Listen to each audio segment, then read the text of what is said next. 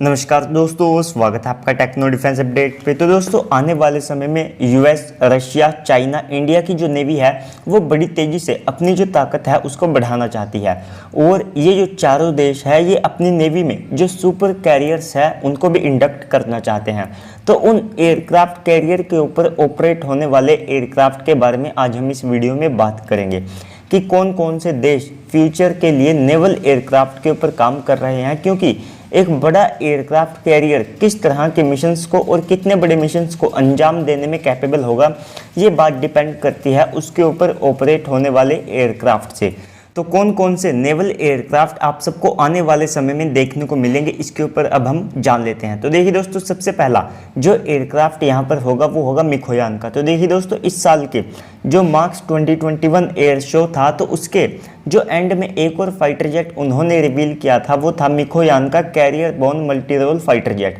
तो देखिए दोस्तों, इस एयरक्राफ्ट को जब रिवील किया गया था तो यहाँ पर जो चीज़ें सामने आई थी उसमें सबसे पहली चीज़ तो ये थी कि ये एकदम से सिमिलर लगता है भारत के फ्यूचर नेवल एयरक्राफ्ट से।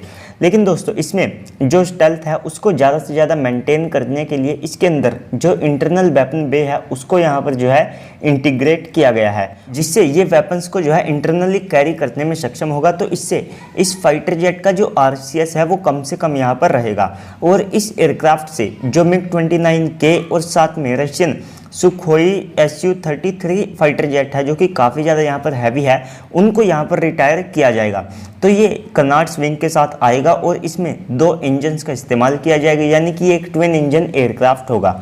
तो हो सकता है कि इसमें जो आइटम 30 इंजन है उनका इस्तेमाल किया जाए, क्योंकि रूस ने इन इंजन्स में जो सर्विस लाइफ और साथ में जो दूसरे इशू है उनको सोल्व करने की पूरी कोशिश की है। तो इस सेम इंजन को जो रूस है वो आने वाले समय में अपने सुखोई Su-75 में भी इस्तेमाल करेगा, जो कि उसका एक 5th जनरेशन का फाइटर जेट होने वाला है और वो एक लाइट वेट कैटेगरी का फाइटर जेट होगा।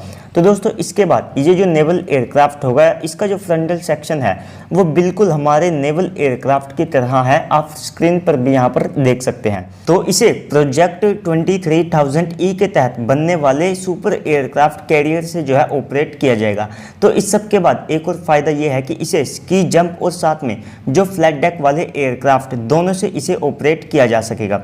बाकी इसकी जो टाइमलाइन है उसके बारे में अभी कोई अपडेट नहीं है, इवन कि रूस ने अभी इस फाइटर जेट का जो नाम है वो भी नहीं बताया है। हो सकता है कि उन्होंने अभी के लिए इस फाइटर जेट का कोई नाम भी ना रखा हो। तो इसी के लिए मैंने बोला था कि ये मिखोयान का फाइटर जेट है, क्योंकि मेरे पास इसके लिए कुछ नाम नहीं था।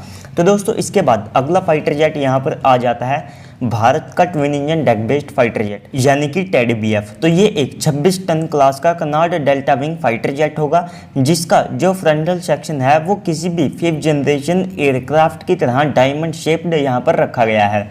तो इसमें 2 इंजन्स का इस्तेमाल किया जाएगा, जो कि शायद से भारत के खुद के इंजन होंगे। बाकी इसके जो प्रोटोटाइप है उसमें जनरल इलेक्ट्रिक्स के F414 इंजन्स का इस्तेमाल किया जाएगा, जो कि 98 किलो न्यूटन थ्रस्ट को जनरेट करने में सक्षम है। तो ये AESA रडार के साथ 350 किलोमीटर तक हमला करने वाली अस्त्र मार्क 3 से जो है लेस होगा।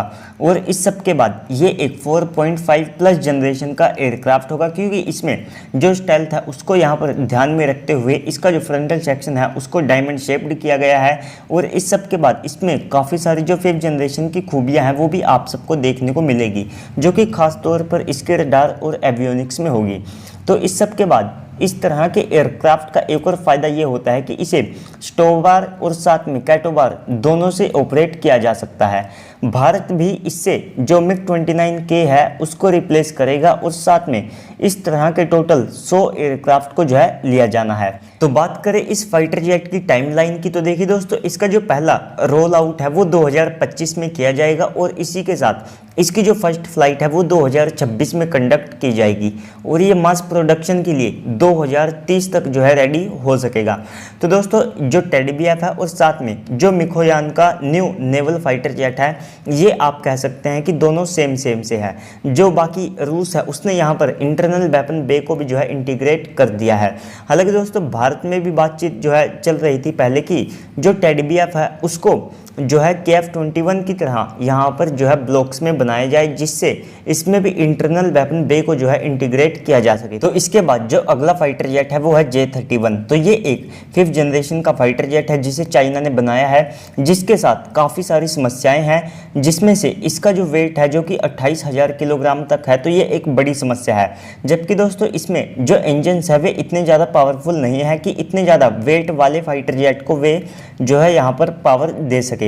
तो चीन इसमें 110 किलोन्यूटन वाले WS-19 इंजन को जो है लगाना चाहता है, और इसमें जो KLJ-7 AESA रडार है उसको भी यहाँ पर जो है इंटीग्रेट करना चाहता है। तो ये 8,000 किलोग्राम तक के जो वेपन पेलोड है उसको भी ले जाने में सक्षम है, और इसके अभी 2 प्रोटोटाइप ही बन पाए हैं। तो चीन 2030 तक 6 एयरक्राफ्ट कैरियर को इस्तेमाल तो करना चाहता है, लेकिन उसके पास अभी के लिए कोई भी इतना अच्छा एयरक्राफ्ट नहीं है जो कि अमेरिकन F-35 को जो है यहाँ पर टक्कर दे सके।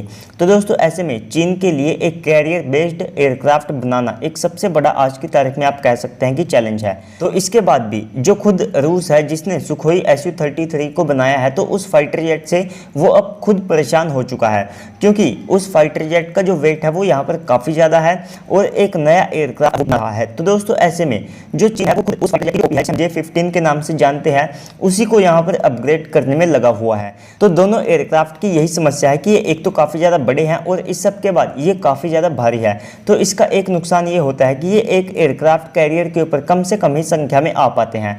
तो इसकी बजाय अब जो चीन है वो J-31 को एक ऑप्शन के तौर पर यहाँ पर देख रहा है, ताकि वो भी F-35 की तरह, माफ़ कीजिएगा अमेरिका की तरह जो 5th जनरेशन नेवल एयरक्राफ्ट है उनको इस्तेमाल करे।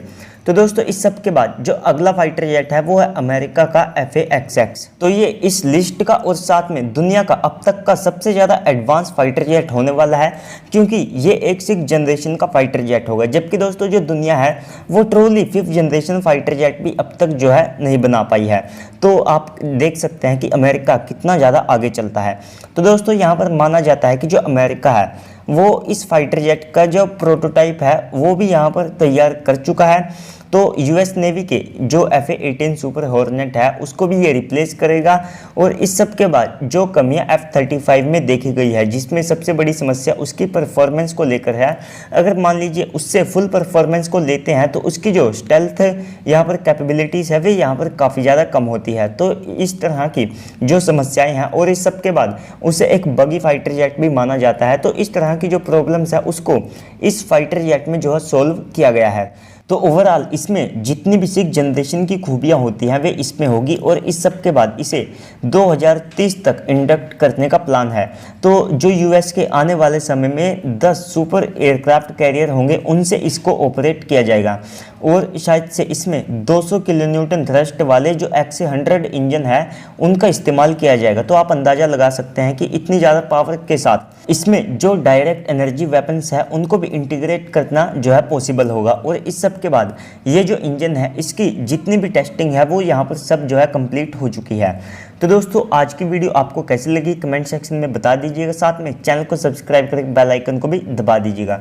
तो दोस्तों मैं डेली वीडियो बनाने की आपसे कोशिश करूंगा, क्योंकि मैं करता भी कुछ नहीं हूँ लेकिन मैं वीडियो भी नहीं बना पाता हूँ। तो ऐसे में ये बहाना तो मैं मार नहीं सकता कि मेरे पास टाइम नहीं होता है। तो दोस्तों मैं पूरी कोशिश करूँगा अब से। तो आज की इस वीडियो में इतना ही, मिलते हैं अगली वीडियो में, तब तक के लिए गुड बाय, जय हिंद।